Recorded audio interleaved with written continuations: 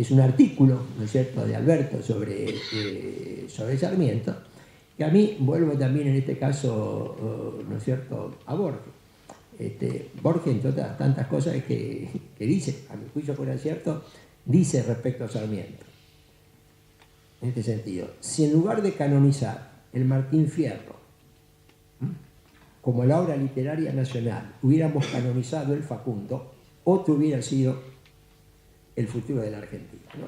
Es decir, la visión, ¿no es cierto?, de Sarmiento, que juega un papel absolutamente central en la construcción, que es retomada, concretada, ¿no es cierto?, por la generación del 80.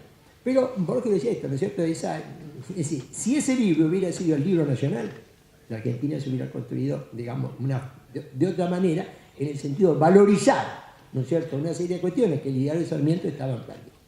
Bueno, y hasta acá llego, ¿no es cierto?, porque ya después, ¿no es cierto?, el libro entra en Santos Almorací, precursor de nuestra aviación, una figura que Alberto ha revalorizado, que había quedado, ¿no es cierto?, bastante relegado, bastante olvidada en una cantidad de aspectos de su vida tan valiosa, ¿no es cierto?, su actuación europea, incluso, que es poco conocida. Y después ya entra en los temas de historia de esta institución, ¿no es cierto?, de la historia del colegio, la escribanía, y después termina con, ¿no es cierto?, un raconto histórico. Yo diría que es la interpretación de Alberto sobre la historia del 25 de mayo hasta hoy, hasta el kirchnerismo. Entonces yo celebro que Alberto haya publicado este libro reuniendo una serie de escritos muy importantes e interesantes de historia.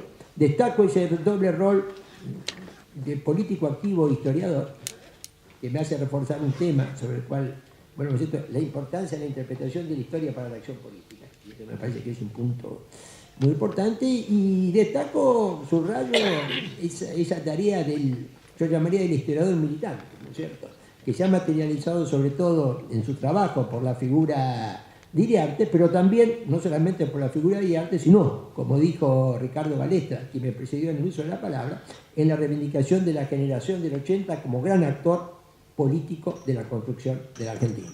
Muchas gracias. Agradecemos los conceptos del doctor Rosendo Fraga. Invitamos ahora al escribano general de Gobierno de la Nación, el escribano Carlos D'Alessio, quien además fue presidente de este colegio en 4 oportunidades y también fue presidente del Consejo Federal del Notariado Argentino y actualmente es consejero general permanente de la Unión Internacional del Notariado y miembro de número de la Academia Nacional de Notariado. Se va a referir también a lo que ha significado la Academia Nacional de Notariado. Buenas noches.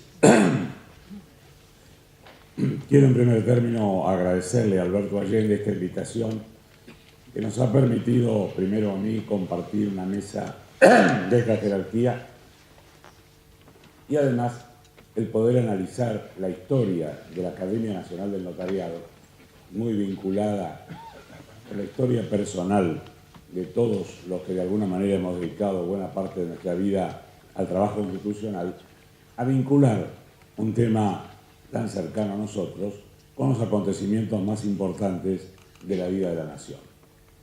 En este capítulo, que ya habíamos disfrutado con interés en el año 98, cuando Alberto lo presentó con motivo de la publicación que hiciera el Consejo Federal del Notariado con motivo del Congreso Internacional de ese año, de alguna manera nos mueve a una reflexión importante. Creo que esta es la verdadera función de la historia, es el permitirnos comprender algunos acontecimientos, sobre esta base poder interpretar nuestra realidad. Y creo que la historia de la Academia no es algo aislado.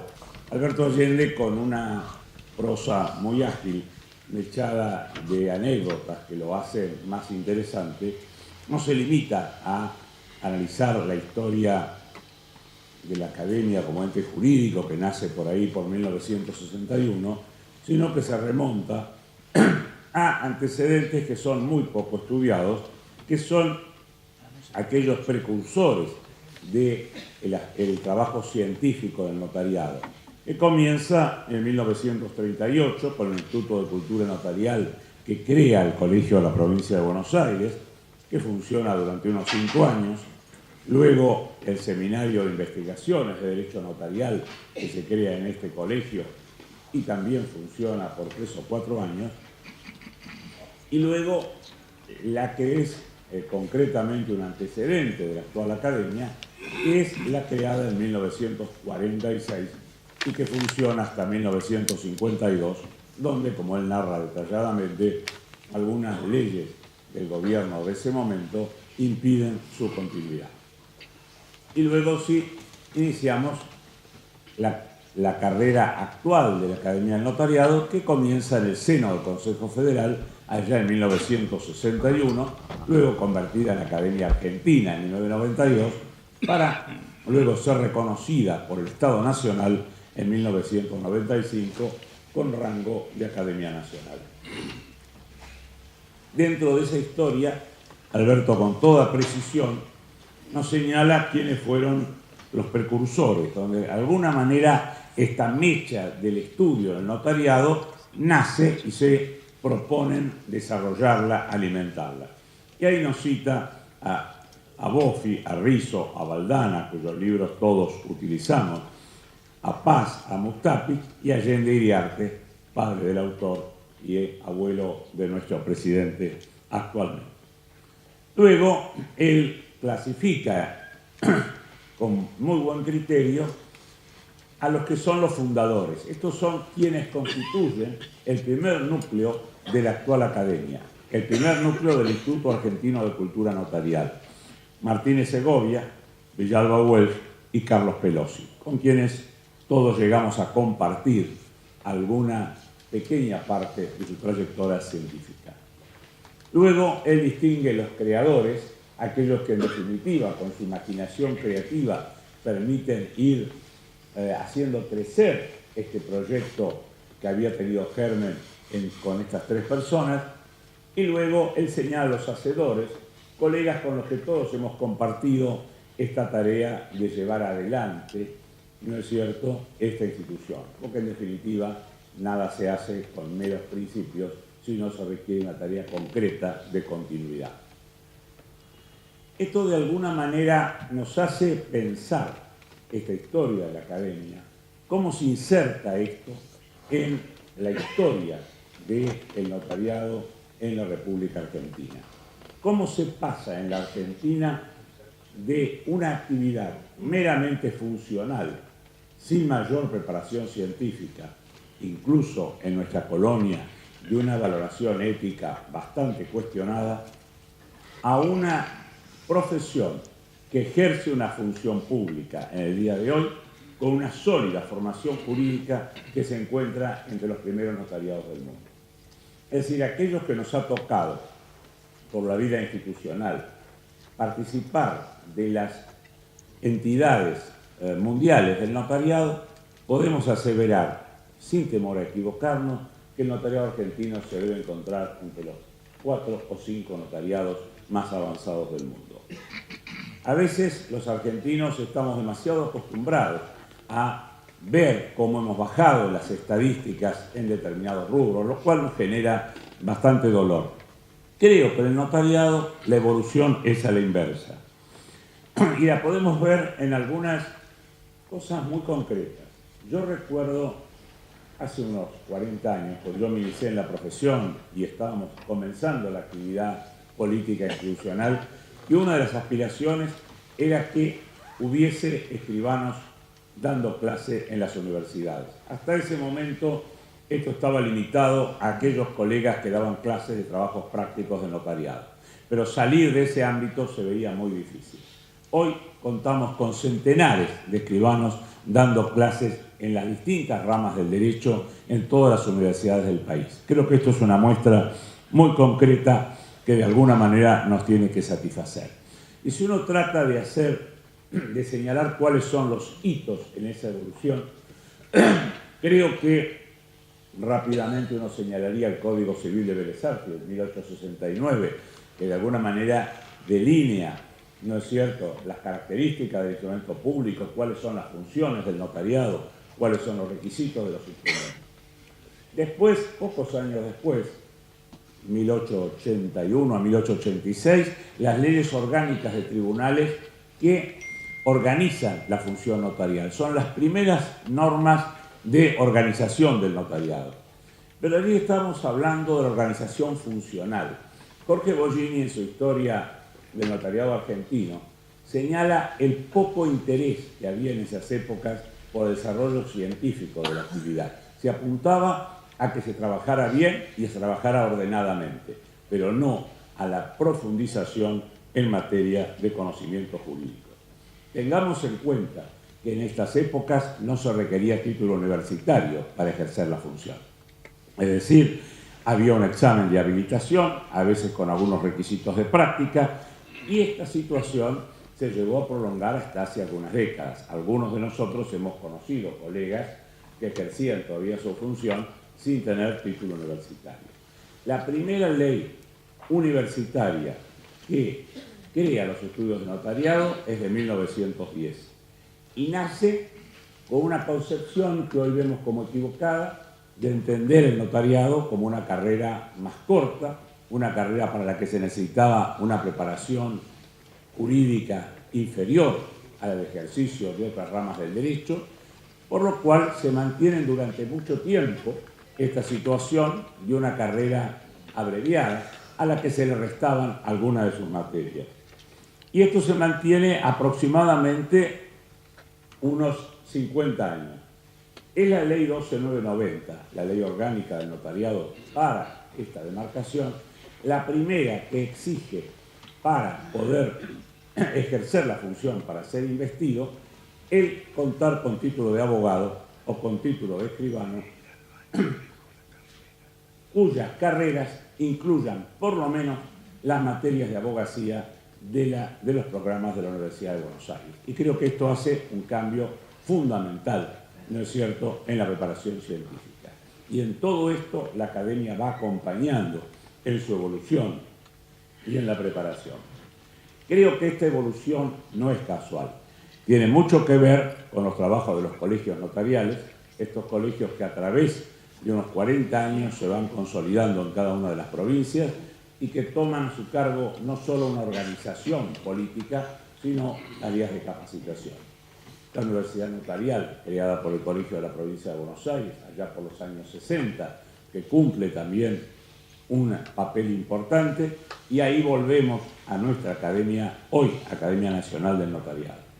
Academia que, como bien señala el autor de la obra que hoy presentamos, tiene este sentido de un grupo reducido de personas que se supone especialistas en determinada rama, y esto remonta al origen de la academia en Atenas, que todos conocemos, y si leemos el libro la vamos a recordar, porque ahí está específicamente. Pero carecería de sentido como cuerpo si la academia se limitara a una interacción entre este grupo reducido de sus miembros, si de alguna manera la tarea de la academia no se proyectara en una importante función social.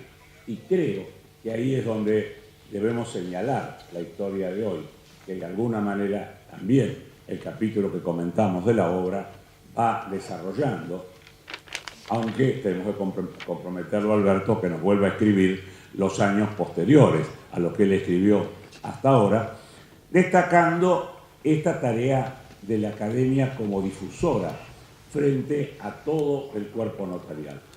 Y si hoy señaláramos que aproximadamente en un año, en los seminarios que se dictan en la academia, tanto acá como en el interior, podemos haber capacitado en el año 2015 2.000 o 3.000 colegas, si además señalamos las consultas que se evacúan permanentemente, el trabajo del Ateneo, de la academia, ya fuera del cuerpo del consejo académico, pero donde se van formando jóvenes colegas en trabajos de investigación, el papel de la academia como gestor de reformas legislativas, las opiniones de la academia en temas tan importantes como la reforma de nuestro Código Civil, que tiene vigencia desde el año pasado, donde pudimos revertir temas importantes a través de dictámenes emanados del cuerpo. Y creo que hay un aspecto que conviene señalar porque hace no solo la vida de la academia, sino a la de toda nuestra función, y creo que se inserta con los principios republicanos que todos debemos sostener, que es la participación de la academia en los sistemas de acceso a la función notarial. La Academia Nacional del Notariado hoy designa de sus miembros a quienes integran parte de los tribunales evaluadores que en todo el país evalúan a aquellos que quieren acceder a la función.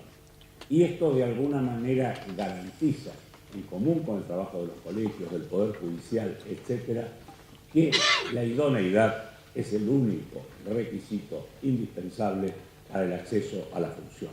Y creo que esto no es más que una aplicación del principio constitucional del artículo 16 de nuestra Carta Magna, de que la idoneidad debe ser el único requisito para la ocupación de los cargos públicos, aunque tengamos muy claro que lo nuestro no es un cargo público, sino una función.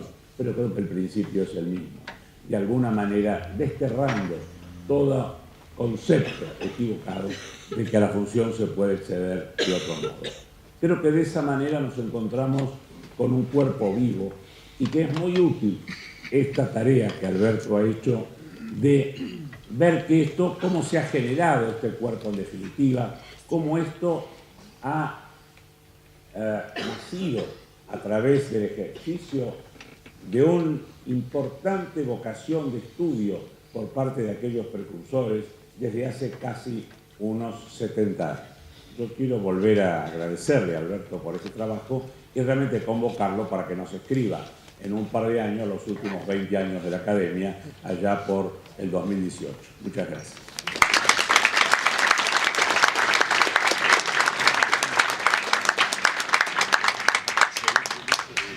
Agradecemos al escribano Carlos D'Alessio e invitamos ahora al doctor Fernando de la Rúa, que entre su trayectoria política vale destacarla de haber sido jefe de gobierno de la Ciudad de Buenos Aires y presidente de la Nación Argentina.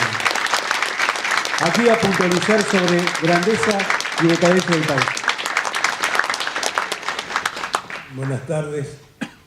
Llego complacido a esta tribuna por el placer de presentar esta obra de mi amigo, el escribano Alberto Allende Iriarte.